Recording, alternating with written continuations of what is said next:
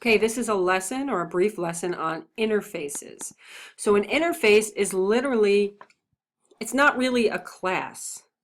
An interface is just a way to make everything the same in one sense, meaning if I create something called fillable and everyone knows it and everyone uses it, like different things can use it.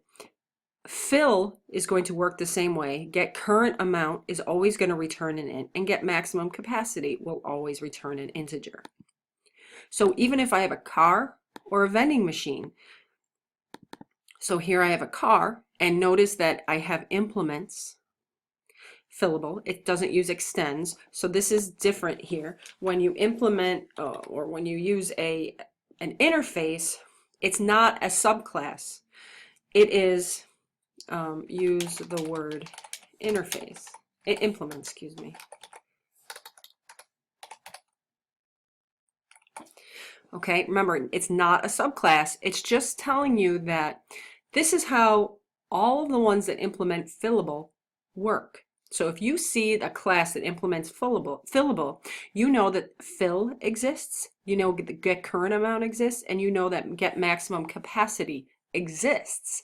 And you know that these two return ints, and then this one doesn't.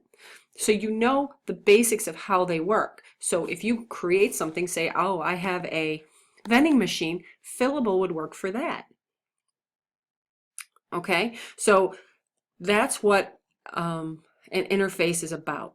And it's similar to an abstract class in the fact that if I have an interface and none of the methods are ever implemented, not a single one, and you're not even allowed properties. So if I try to put something like create a private whatever, some sort of number that would go along with these, it would be mad. Okay, and it does allow constants. Constants are allowed, so pi, you know, those kinds of things. If I create a constant that exists for this, that's allowed. So that's why it's asking for the equal sign. So no properties are allowed in an interface and no implementation. It is literally a blueprint for basic specific things. Okay, things that you think you can fill. So whatever so you can fill a car with fuel, you can fill a vending machine with soda. So all of those methods need to be implemented. If I don't, it's going to tell me it's got to be abstract. So say I delete this guy here and I try to compile it. It's going to say, this isn't abstract. You have to have everything implemented. So I can fix it two ways by making this abstract. Okay, or I can, you know, put that method in. Oh, I hit the wrong buttons.